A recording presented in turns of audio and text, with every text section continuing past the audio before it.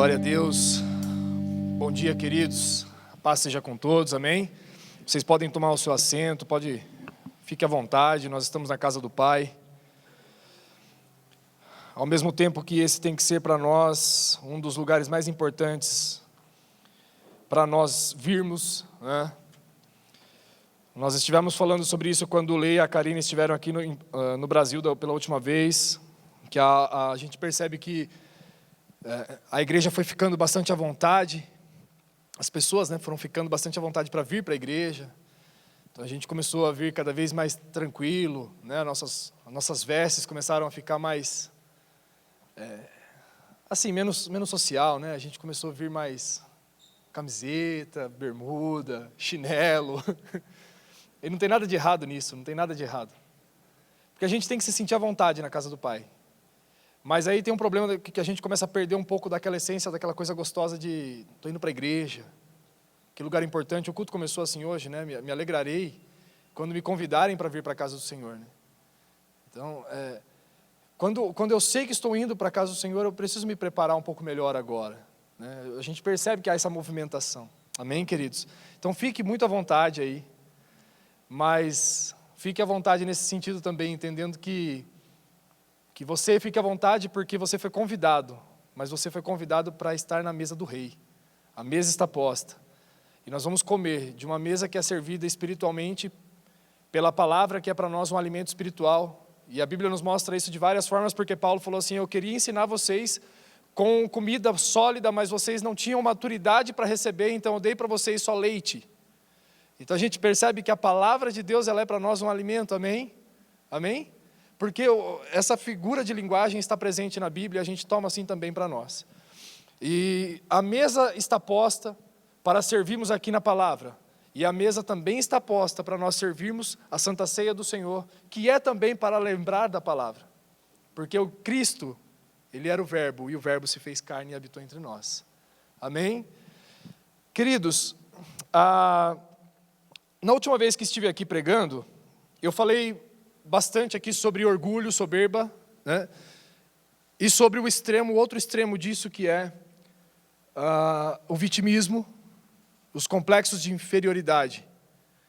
E nós dissemos aqui que a gente precisa encontrar um equilíbrio nisso, mas por quê? Porque eu já expliquei isso e vou só dar uma introdução aqui nessa mensagem de hoje. E puxei esse assunto porque essa mensagem começa falando um pouco sobre essa situação de nós nos gloriarmos em alguma coisa também.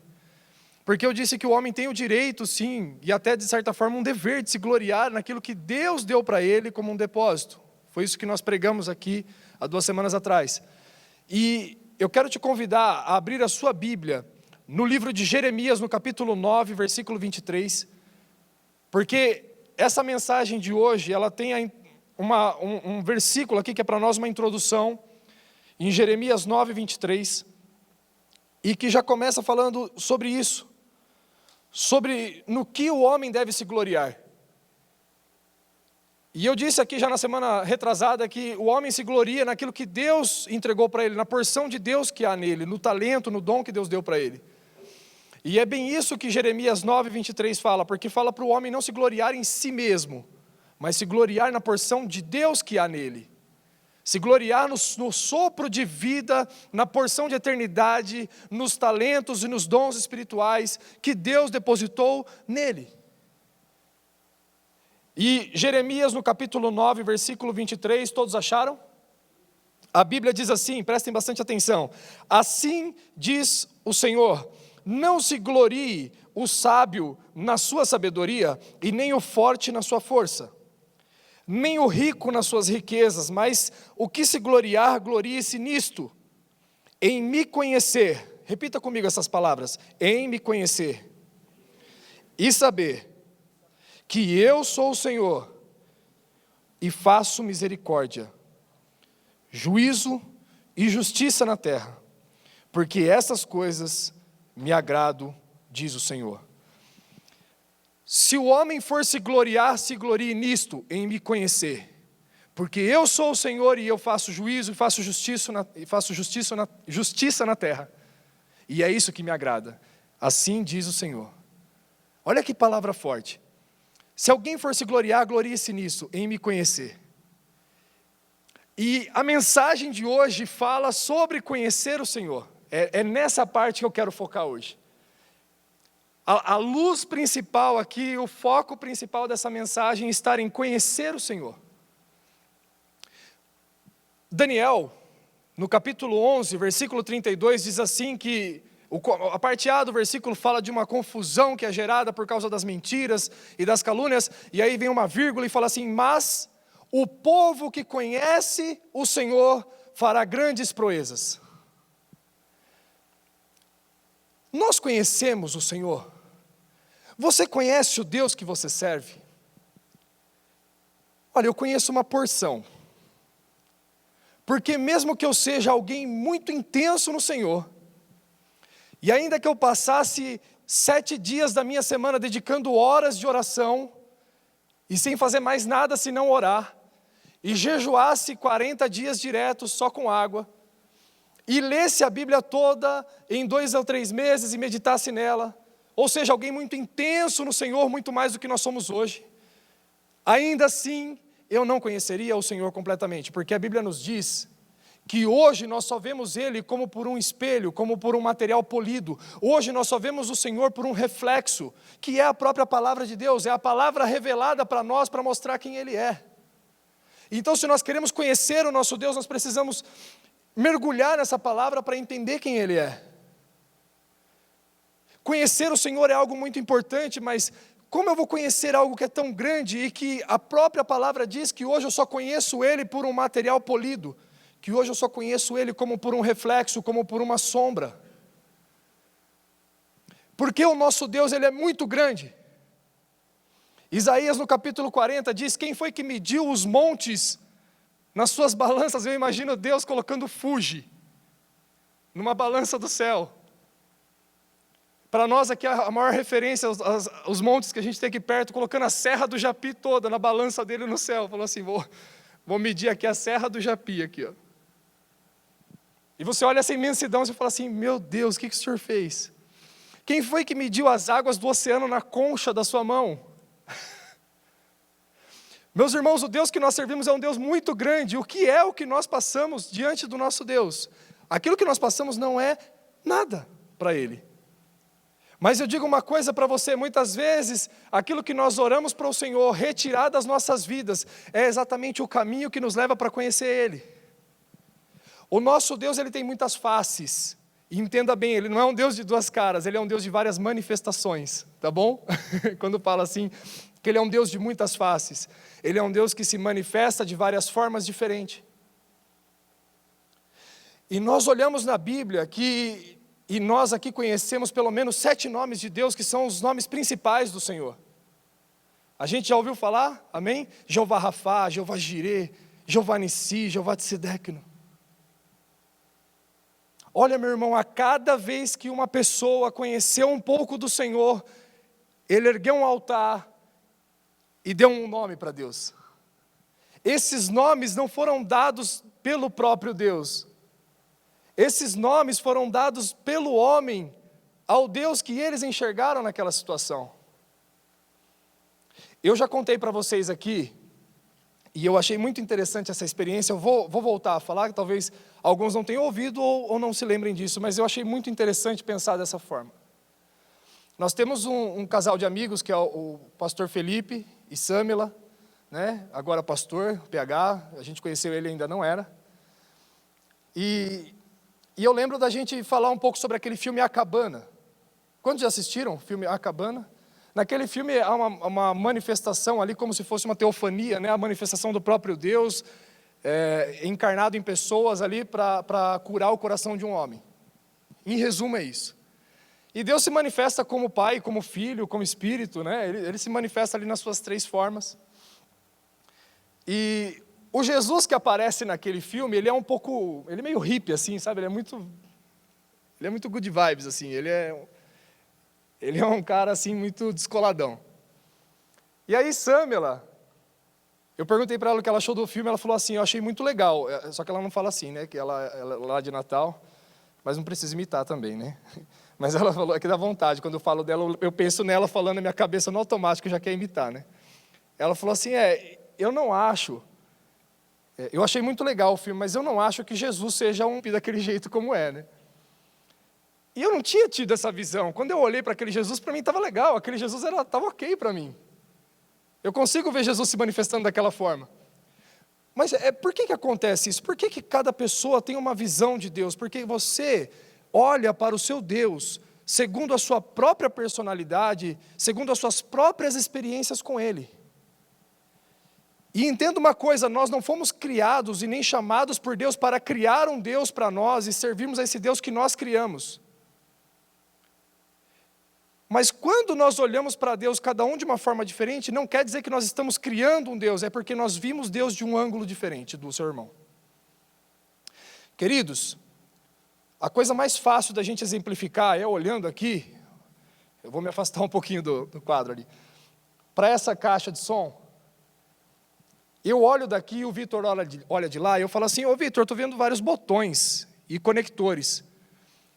O Vitor fala para mim, não, eu vejo uma caixa preta. Eu falo, não, meu amigo, eu estou vendo aqui está escrito Antera, MR12A. Eu falo, não tem nada escrito não, é só uma caixa preta com uma tela aqui na frente. Qual dos dois está errado? Não, nenhum dos dois. Estamos vendo a mesma coisa por lados, por ângulos diferentes. Por isso, às vezes nós nos trombamos com irmãos na igreja que veem o Senhor como um juiz e conservam muito temor ao Senhor e obediência, e isso não está errado.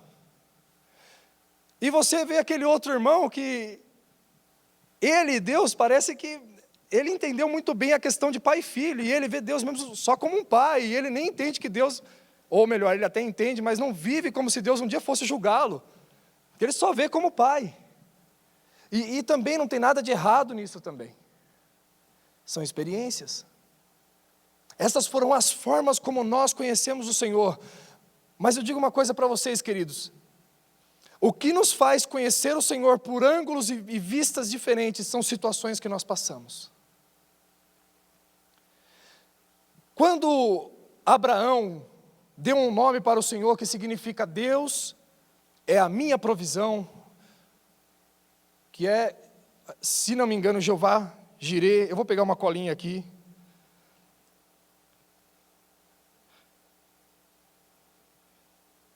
Antes eu tinha uma memória, hoje eu só tenho uma vaga lembrança. Já fui bem melhor nisso. Mas é isso mesmo, acertei ainda, Jeová Jirê. Abraão chamou Deus de Jeová Jirê, que é Deus, é a minha provisão. Ou Deus proverá para si. Em que momento da vida de Abraão ele passou por isso? Abraão recebeu uma promessa que teria um filho na sua velhice. E ele teve Ismael antes e depois teve o Isaque, que era esse filho da promessa. O filho querido dele, amado. Quantos aqui são pais, sabe do tamanho do sacrifício que Abraão estava entregando para o Senhor, quando Deus falou para ele, sacrifica o teu filho Isaque. Era, com certeza, o pior dia da vida de Abraão. Com certeza aquele era o dia mais tenso da vida de Abraão. Aquele deveria ser o dia mais difícil de obedecer a Deus para Abraão. Mas Abraão pegou o seu filho e estava subindo o monte. E o filho achou estranho porque ele falou assim, pai, eu estou vendo lenha. Menino inocente, tadinho. Estou vendo lenha, estou vendo o senhor aí que vai sacrificar, estou vendo fogo, estou vendo o machado, eu estou vendo tudo, eu só não estou vendo o sacrifício. O menino não sabia o que ele estava indo fazer, o pai sabia. Neste momento, Abraão começou a declarar uma face de Deus, um ângulo de vista de Deus. Um jeito diferente de conhecer a Deus. Ele falou assim, filho, Deus proverá para si o cordeiro. Naquele dia, quando Abraão falou, Deus proverá para si o cordeiro, ele já começou a entender que Deus é Jeová Jirê. E quando ele estava pronto para sacrificar o seu filho, já com o machado levantado, o anjo parou Abraão e falou assim: Abraão, não faça isso. E quando ele olhou atrás de uma moita ali, ele achou um cordeiro, e Deus proveu para si o cordeiro. E ali ele declarou de novo: esse é Jeová Jireh. Porque quando ele sacrificou naquele altar ele declarou: Deus é um Deus de provisão. Então, meu irmão, se você está passando por um período de dificuldade financeira, por exemplo, na sua vida, enxergue Deus nessa situação. Inclua Deus nessa situação. Insira o Senhor nessa situação. Porque aí você vai entender que todas as coisas que estiverem acontecendo no meio desse momento de escassez, é a mão de Jeová Jireh provendo na sua vida. Porque está difícil, está escasso? Tá, mas você vai perceber que o arroz e o feijão vai estar na sua mesa. Está difícil, está escasso, fiquei 3 meses, já estão para cortar a energia. O carro da CPFL já está passando aqui na porta da minha casa. Não é o carro do ovo, é o carro da CPFL que está passando na porta da sua casa, e os homens já estão lá prontinho para meter a chave de fenda lá e desconectar o fio da sua casa. E você é apavorado, e você vai ver que nos 48 do segundo tempo vem a provisão do Senhor e você paga. E Deus gosta de fazer isso com a gente. Querido, se você está no tempo de provisão, olha, confia nele, porque é isso que ele está tentando te ensinar. Porque quando você aprende a confiança no Senhor num tempo de provisão e conhece o Deus Jeová Jireh, você vai perceber que Ele é um Deus que gosta de deixar a gente emocionado. Ele gosta de dar uma adrenalina na gente. Eu tenho para mim até, pastor, que quando a gente chegar no céu, Ele vai falar assim: você que é o Daniel Ramalho então, né? Aí você vai pensar: pronto, nem entrei. Aí falou: cuidou da Nádia, né? Falou assim: e as meninas? O pastorzão vai estar assim, ó, tremendo. Baita de uma mão desse aí, vai estar pior do que quando ele pegou Covid. O homem vai estar assim, aí Deus fala assim: não, mas pode entrar, vou deixar. Que eu tenho para mim que Ele gosta de fazer essas coisas com a gente, sabe?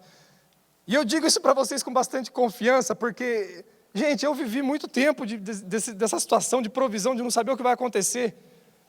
Ter 3 boletos para vencer no dia seguinte e ter R$0 na conta.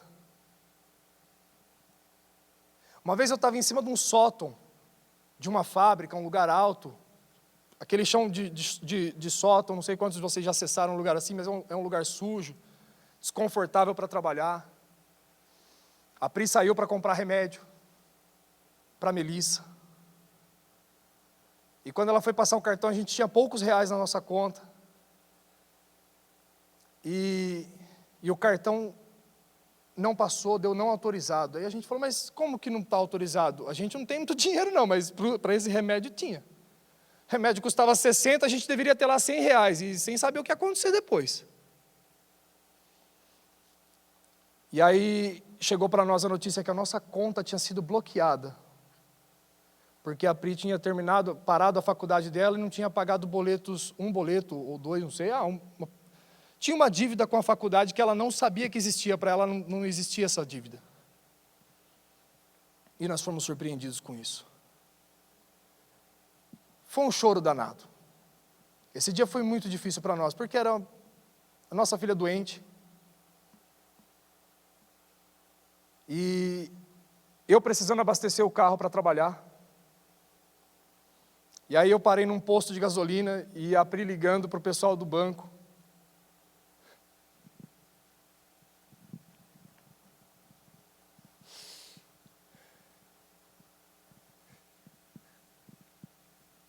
Deus é invisível, a gente não vê Ele fazendo essas coisas, mas a gente conheceu Jeová Jireh naquele dia. Porque Ele falou assim: eu parei para abastecer no posto, para ver se conseguia colocar, sei lá, qualquer R$10 que eu tinha na minha carteira, e o frentista falou assim: e aí, como é que estão as coisas hoje? Eu falei: meu amigo, hoje não está muito fácil não, hoje está a barra pesada. Ele falou assim: tem dias que são assim, mas o Senhor vai bradar na tua vida, querido, e começou a liberar uma palavra sobre mim. E a Pri falando no telefone com a moça do telemarketing, a moça do telemarketing dando a mesma palavra para ela. A mesma palavra. Aquilo não era comum. Aquilo era uma manifestação do Jeová Jireh, que depois usou a vida de uma amiga nossa para nos dar um dinheiro sem esperar nada, sem esperar que a gente devolvesse. Falou assim, olha, a gente recebeu esse dinheiro a mais aqui, a gente não estava esperando esse dinheiro, mas quando eu recebi, eu senti que não era meu, era para vocês. E naquele dia a gente recebeu uma oferta ali de uns 4 mil reais, na verdade a gente pagou, não foi bem uma oferta, porque a gente devolveu esse dinheiro para ela depois, né amor? Mas a gente recebeu ali uma visitação do Jeová Jireh na nossa vida. E se nós pensarmos em tantos testemunhos que nós temos sobre isso, queridos, a gente vai ver que nesses momentos de dificuldade, desse tipo de experiência, são momentos que a gente conhece o Senhor. E sabe o que é bom? É bom a gente pensar em Jeremias 9:23, que um dia que eu ficar rico, esse é um dos nossos planos de vida, é um dos objetivos. O dia que eu ficar rico, eu não vou me gloriar na minha riqueza. Eu vou me gloriar porque eu conheci o Senhor, Jeová Jireh, que foi a minha provisão no dia da escassez. O Senhor que se manifestou no dia que a gente não tinha nada e ainda passando uma humilhação de ter uma conta bloqueada. Eu vou me gloriar porque eu conheci o Senhor que dá o pouco e que dá o muito. E é por isso que Paulo falava assim, gente, eu sei viver no pouco e sei viver no muito, porque falar para você, viver no pouco a gente já vive, né? E a gente aprende a viver no pouco porque a gente está servindo a Deus no pouco. E quando tiver no muito, tem que tomar cuidado, porque dá para não viver no muito? Dá. No muito você pode se desviar. Paulo falava assim, eu sei viver no pouco e sei viver no muito, sem me desgarrar do Senhor. Mas Deus, Ele tem mais faces, mais nomes, que a gente vai ver quando o povo de Israel andava no deserto. 3 dias já sem encontrar água. Eles encontraram um lugar chamado Mara, e as águas eram amargas. E ali Deus falou para Moisés assim, pega um pedaço daquela árvore, um galho daquela árvore, e bate nas águas, porque essas águas se tornarão águas doces, águas potáveis. Moisés tomou aquele galho, bateu naquela água, e aquelas águas sararam.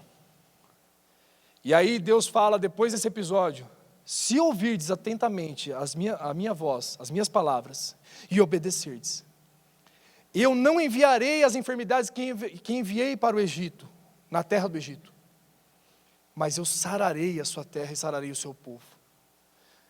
E ali Deus recebeu um nome, Jeová Rafá, o Deus que sara. E aí, meu irmão, talvez esse momento de enfermidade que algum de vocês aqui podem estar passando, pode servir para conhecer essa face de Deus. Fala assim, por que Deus... Queridos, eu disse aqui que às vezes a gente ora pedindo para Deus tirar coisas da nossa vida que na verdade é o caminho para conhecê-lo. E às vezes você olha para essa enfermidade, para essa situação que você está vivendo, você fala assim, meu Deus, por que eu estou passando uma coisa dessa? Querido, Deus administra alguns problemas nas nossas vidas. Eu creio assim. Deus não tenta ninguém. Mas eu creio que Deus administra situações na nossa vida. Nós aprendemos aqui, nós fomos ministrados há pouco tempo atrás aqui sobre a vida de José. Qual foi o caminho para José receber aquilo que ele tinha, para ele alcançar aquilo que tinha sido prometido para ele, ainda na sua juventude, na sua adolescência? Se José não tivesse um coração voltado na palavra do Senhor, se José não tivesse o seu coração ali firme na promessa que Deus tinha dado para ele, José teria se desesperado no meio do caminho. Eu fui traído pelos meus irmãos, eu fui jogado numa cisterna, eu fui vendido como escravo, eu fui preso. Falou, o Senhor me deu esse sonho de governar, mas olha aqui onde eu estou. Se ele tivesse se desesperado, ele não teria chegado lá. Mas a Bíblia só mostra José sempre se comportando do jeito como agrada a Deus. Alguém que conservou a amizade, o temor do Senhor, a amizade com Deus. Alguém que andou com Deus em prisões, em cisternas, em escravidão, até que o Senhor o levantou como governador. Então, meu irmão, se você está passando por um momento de enfermidade, nós declaramos em nome de Jesus que Jeová Rafá vai se manifestar na sua vida e vai se manifestar na sua casa. E neste momento Ele está te tocando com cura em nome de Jesus. E que essa palavra alcance os nossos irmãos que estão nos assistindo pela internet. Eu creio que alguém na internet nesse momento está sendo tocado na sua saúde. Será curado no nome de Jesus. As dores de colunas serão hoje, de uma vez por todas, arrancadas da sua vida. E o nome do Senhor será glorificado. Essa é uma manifestação de Deus, é um jeito de Deus se apresentar. Quando Moisés andou mais um pouco ali, só 2 capítulos na Bíblia, com o povo de Israel, eles encontraram com Amaleque, os amalequitas. E ali, Moisés, quando ele levantava suas mãos, o povo de Israel prevalecia. Mas as mãos de Moisés eram pesadas, então quando as mãos dele se abaixavam, Amaleque prevalecia. Está muito nítido e muito claro que por mais que aquela batalha estivesse muito bem manifesta no natural, ela era uma batalha espiritual. E que exigia alguém com o papel de um sacerdócio, um papel de intercessão, levantado por Deus, para orar e clamar, interceder por uma nação. Então Arão e Hur colocaram uma pedra, ele sentou e eles seguraram as suas mãos, e Moisés permaneceu com as mãos levantadas, e naquele dia, Amaleque foi derrotado. E Deus deu uma promessa para o povo de Israel, dizendo assim: eu mesmo vou eliminar os amalequitas da terra. E naquele dia o Senhor recebeu um nome, dado pelo homem. Moisés levantou um altar e disse: este é Jeová Nissi, Deus é a nossa bandeira. Moisés tinha esse entendimento. O que tem a ver eu aqui em cima do monte, levantando a minha mão ou abaixando, e a guerra mudando de quadro conforme eu ergo a minha mão ou abaixo? Moisés era um representante do próprio Deus, e o que Deus estava mostrando era o seguinte: que a sua luta, a sua batalha, tem a sua parte, tem o seu esforço, você vai ter que estar lá no campo. Você não vai vencer batalha nenhuma dormindo até mais tarde, você não vai vencer batalha nenhuma não saindo da sua casa, você não vai vencer batalha nenhuma se você não se esforçar. Mas quem vence a sua batalha é a mão de Jeová Nissi, levantada em favor da sua vida. É quando Deus é a tua bandeira, querido. E falando em batalhas espirituais, muitas vezes a gente se pega.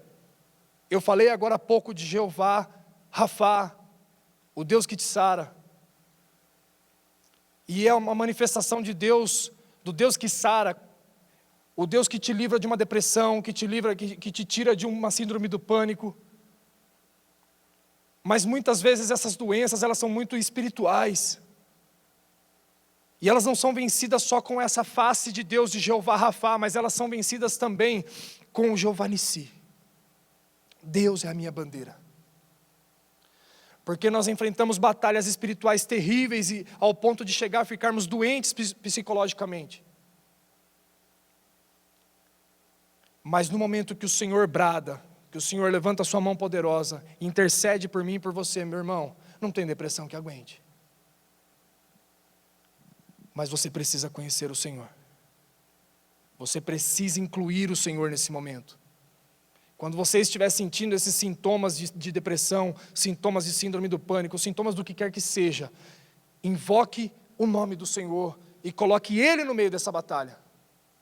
Declara com a sua boca e fala assim: Senhor, levanta a tua mão.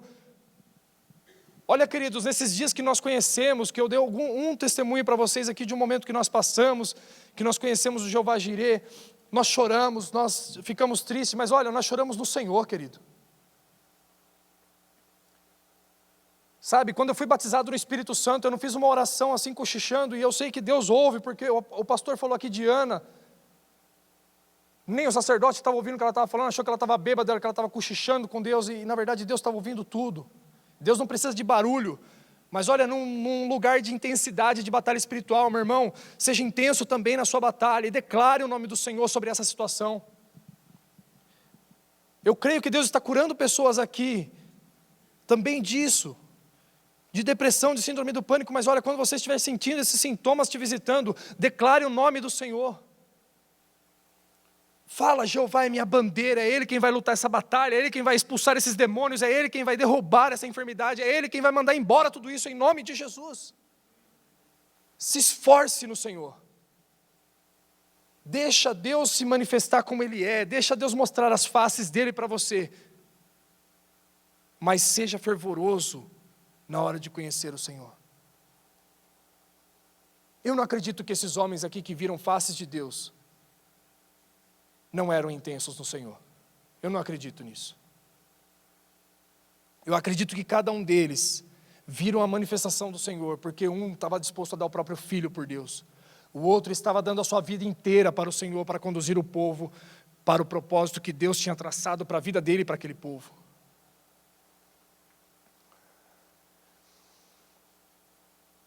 Se tem um jeito de nós conhecermos o Senhor com mais profundidade, é sermos intensos nele na hora que Ele está colocando na nossa vida uma situação que vai nos levar para Ele. Amém? Em Juízes, no capítulo 6, Deus começa a chamar Gideão. Gideão ouve o chamado do Senhor. E depois de ouvir, ele faz alguns testes com Deus. Gideão era alguém que tinha um complexo de inferioridade muito grande, ele não achava que ele era capaz. Preste bastante atenção nisso. Gideão não pensava que era capaz. Na verdade, ele pensava que ele era o menos incapaz de todo o povo de Israel, porque ele falava assim: Senhor, a nossa tribo é a menor, a minha família é a menor da tribo, eu sou o menor da minha casa, ou melhor, a minha casa é a menor da família, olha como é que vai o negócio, né? E eu sou o menos importante da minha casa, e o Senhor vem olhar para mim. O que Gideão estava falando para Deus? O Senhor errou. O Deus que criou todas as coisas errou.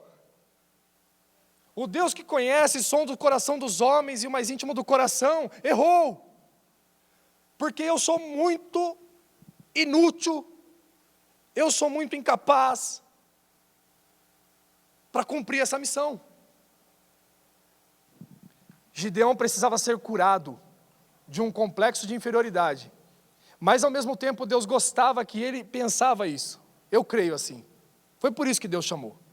Para aquele momento, para aquele contexto, para aquela história, foi por isso que Deus chamou.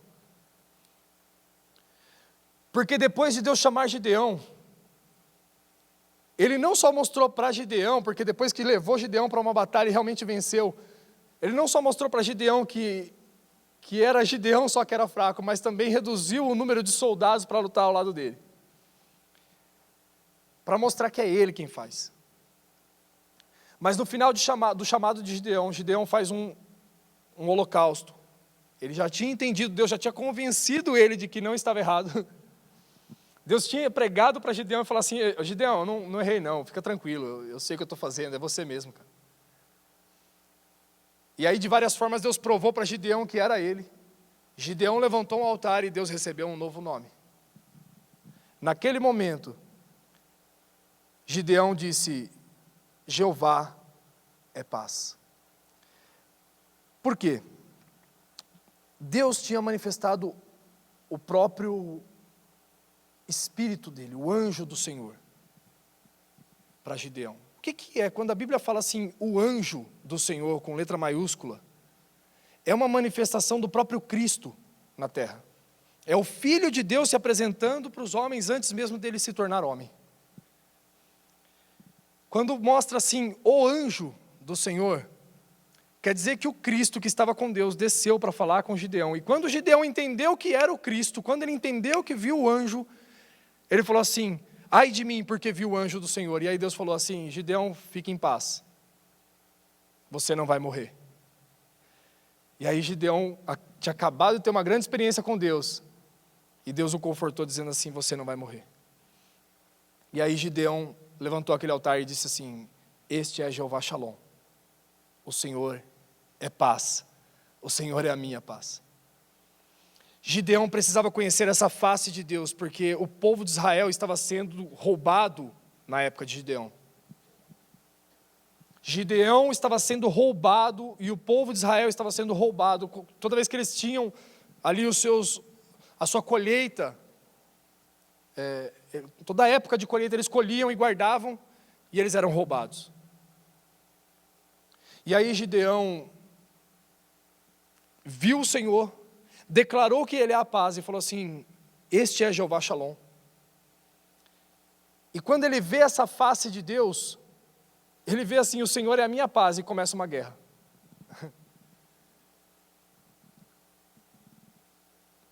Tem frases de reis, né, de generais, que dizem assim que... Eu ouvi isso, acho que em algum filme, viu? Um rei nunca... Ele não deve desejar nunca uma guerra, mas tem que estar sempre pronto para ela. E Gideão já tinha enxergado Deus como Deus de paz. Mas para ter paz, agora ele precisava se levantar e lutar contra aquela situação, para não ser mais roubado depois que ele escolhesse. Passado algum tempo, a gente vai ver em Salmos capítulo 23, a Bíblia diz assim: o Senhor é meu pastor e nada me faltará. Tem uma versão mais aproximada do original que diz assim: o Senhor é o meu pastor e eu não sinto falta de nada. Queridos, João capítulo 10 diz que o diabo veio para roubar, matar e destruir. E Jesus diz assim: mas eu vim para que vocês tenham vida, e vida em abundância.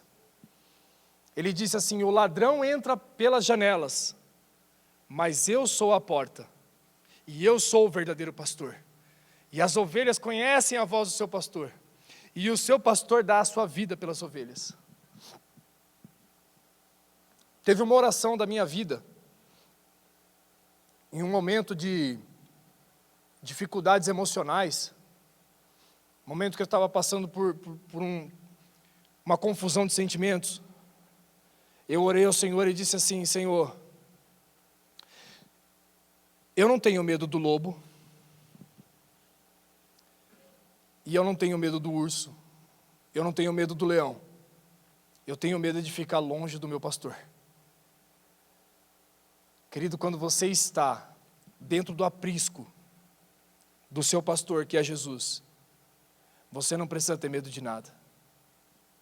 Algo que nós temos tentado transferir para a vida da Melissa, e às vezes tem uns incircuncisos aí, uns endemoniados que vêm atrapalhar a gente, é para ela não ter medo de nada. A gente não aceita, a gente arruma briga quando alguém me falar que existe bruxa, que essa conversa fiada toda aí. Não, não existe não. Pode até existir, mas não vai tocar na gente não. Que existe, né? Não pode falar que não existe também, vai mentir para a menina. Falar, e é difícil de explicar essa situação toda para ela, como que a gente fica, né? Sabe por quê, querido? A gente tenta colocar essa mentalidade nela, porque o crente só tem que ter medo de uma coisa, do pecado. Um dia, um homem que era um grande avivalista, é uma pena que eu não vou lembrar aqui o nome dele, mas se vocês pegarem essa frase, vocês vão associar e já vão perceber. Um homem um dia orou a Deus e falou assim: Senhor, me dê 100 homens que não tenham medo de nada, senão do pecado, e que não desejem outra coisa, senão a tua glória. Queridos, quando você declara: o Senhor é o meu pastor, e você entende quem é esse seu pastor, você vai saber que mesmo que uma ovelha não tenha casco para dar coice, não tem chifre para dar chifrada, não tem veneno, não tem presa, ou seja, ela é um animal muito indefeso, ela tem poucos mecanismos de defesa, quase nenhum. A única coisa que ela sabe fazer é dar cabeçada, né, mas não tem nem chifre para isso. Você vai perceber que a ovelha ela não sabe se defender exatamente porque ela precisa de um pastor. Uma ovelha sem pastor é vulnerável, mas uma ovelha pastoreada pelo pastor, chamado Jesus Cristo, meu irmão, não tem quem mexe com ele. Você sabe que tem demônio que se dá muito mal, né? E às vezes ele perde as pessoas porque ele acaba sendo um evangelista. Calma, vou explicar. Eu conheço o testemunho de uma pessoa que veio de lugares assim de magia negra, de umbanda, de quimbanda, toda essa coisa, sabe? E ela era tão envolvida nisso que ela pulava muro de cemitério para mexer em cadáver e fazer trabalho usando pedaços de corpo humano. E aí um dia ela mexeu num caixão e ela não foi autorizada pelo Exu, que governava a vida dela ali, que guiava ela. Quando ela foi abrir o caixão, o Exu falou assim: opa, peraí, não mexe nesse não. Esse aí a gente não tem autorização para mexer. Aí ela falou assim: mas o que tem nesse aqui? Ele falou: não, esse aí a gente não pode, vai para outro. Ela conta que foi assim, desconversou, sabe? Falou: não, mexe, a gente não tem autorização para mexer nela. Ela olhou o nome na tumba e foi ver quem era essa pessoa. E depois de pesquisar, ela foi ver que era um pastor. Aquela mulher se converteu a Cristo. O que a gente entende disso, gente? Quando você tem um pastor, Jesus Cristo, e você está debaixo do aprisco dele, nem no seu corpo o inimigo pode tocar, nem depois de morto, porque sua alma já foi, o maior valor daquilo tudo já foi, o diabo não pode tocar. O sangue do Cordeiro de Deus foi derramado por mim e por você, para blindar a tua vida, querido. O que Jó passou? Jó não tinha o sangue de Jesus ainda, mas era um homem de Deus, um homem envolvido com o Senhor. E o diabo falou assim: deixa eu tocar no que ele tem. Qual foi a permissão do Senhor? Falou assim: toca em tudo que ele tem, só não toca nele. E ainda assim colocou doenças nele e tudo mais, permitiu tudo isso, ok, mas não pôde roubar a vida de Jó, porque a vida de Jó pertencia ao pastor das almas. A vida de Jó pertencia ao Jeová Raá. O Senhor é o meu pastor. E ali, a Bíblia segue mostrando para nós mais dois nomes. Jeremias, também ali em Jeremias, no capítulo 23, versículo 6. Nós vamos ver o profeta declarando que, depois de um tempo de muita tribulação, de muita dificuldade, o profeta começa agora a profetizar tempos de justiça, tempos de renovo, tempos de restauração no meio de Israel. E Deus dá para ele uma inspiração e ele fala o nome do Senhor. Jeová Tissidecno, o Senhor é a minha justiça. Ele declara: olha, povo de Israel, parece que vocês estão desamparados por causa do pecado de vocês que caíram nessa situação, mas eu quero dizer uma coisa para vocês. Há uma manifestação de Deus que vocês ainda não conheceram. Jeová Tissidecno vai se manifestar. O Senhor é a sua justiça. E lá em Ezequiel, o profeta está mostrando os novos territórios de Israel. O território de Israel já todo limitado segundo a vontade do Senhor. Deus deu para ele a visão de onde começava e onde terminava os limites de Israel. E aí ele dá toda aquela descrição e depois ele fala da cidade que há no meio de Israel, a cidade do Senhor. E Deus dá um nome para ele. E ele fala assim: o Senhor está no meio dela. O Senhor está nessa cidade. O Senhor está ali. Em todos esses momentos, querido, a gente vê um desfecho nesse nome de Ezequiel. Em todos os momentos em que Deus se manifestou como Jeová Rafá, como Jeová Nissi, como Jeová Shalom, como Jeová Tissidecno, em todos os momentos, as pessoas, os homens, incluíram Deus naquela situação que eles estavam vivendo. Então Deus estava ali. A chave de tudo, e é sempre assim, né? É incluir o Senhor na situação que você está passando. Toda vez que a gente vai aconselhar os jovens, toda vez que a gente vai aconselhar um irmão, toda vez que a gente vai aconselhar qualquer pessoa sobre qualquer coisa, sempre termina nisso.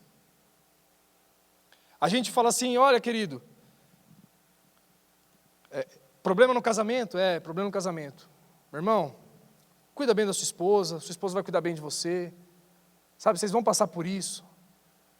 E aí você vai tratando, situação por situação, e no final das contas você fala assim para ele: mas olha, querido, quando ela te vê intenso no Senhor, ela vai te respeitar mais. Então busca o Senhor. Aí você fala assim, a pessoa está com dificuldade financeira, você fala assim para ela, olha, o que eu vejo na Bíblia é o seguinte, buscar em primeiro lugar o reino de Deus, a sua justiça, e todas as demais coisas serão acrescentadas. Você está vendo que tudo volta para Ele?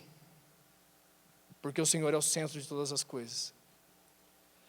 E esse nome de Deus, o Senhor está ali, que Ele se manifeste nas nossas vidas cada dia mais em nome de Jesus. Esse nome é Jeová Chamar. Jeová Chamar. Deus está ali.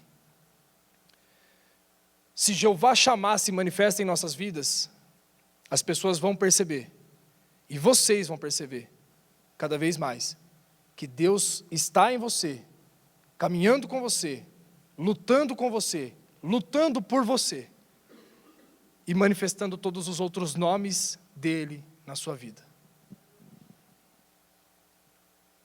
Vamos orar. Senhor, o Senhor está aqui, Tu és o Jeová Chamar neste lugar, Senhor. O Senhor está em nossos corações. O Senhor está no meio dessa igreja. E um dos nomes do nosso Senhor e Salvador Jesus Cristo é Emanuel, Deus conosco. E o Senhor está aqui hoje, junto conosco, manifesto aqui, Senhor, através dessa mesa que foi preparada para nós também. Porque nela nós vemos aqui, Senhor, e recebemos do Senhor o corpo e o sangue que foi derramado, o corpo que foi moído por nossas transgressões, Senhor. E nós te agradecemos, Senhor, por essa mesa que foi colocada, por essa mesa que foi posta e que nos está servida. E te agradecemos porque o Senhor nos convidou para estar ao redor dessa mesa, Senhor. E nós, nessa manhã, Senhor, queremos conhecer cada vez mais deste Deus, que é o Jeová Chamar. Que o Senhor esteja cada vez mais presente em nossas vidas. Senhor, que o Senhor seja o Jeová Jireh, na vida dos irmãos que estão passando por momentos de dificuldade. Que o Senhor manifeste a Tua cura quando os nossos irmãos estiverem tomando aqui da ceia, Senhor, e eles recebam no seu corpo a cura do Senhor, e que o Senhor manifeste Jeová Rafá. Senhor, se há causas na justiça dos nossos irmãos que estão paradas, Senhor, nós declaramos que eles vão receber essas causas, o Senhor vai fazer essas causas serem sentenciadas em favor daquilo que é justo. E aqueles que estão já com sentenças dadas em seu favor, Senhor, nós declaramos que haverá um recebimento dessas sentenças. E que o Senhor manifeste Jeová Tissidecno, o Senhor é a justiça. Senhor, nós te agradecemos, Senhor, porque o Senhor tem se mostrado de várias formas, e o Senhor tem se manifestado de várias maneiras para cada um de nós. Nós te agradecemos porque assim, Senhor, nós conheceremos cada vez mais de Ti. E é o que nós queremos. O povo que conhece o Senhor fará grandes proezas. Nós queremos Te conhecer mais e mais, Senhor.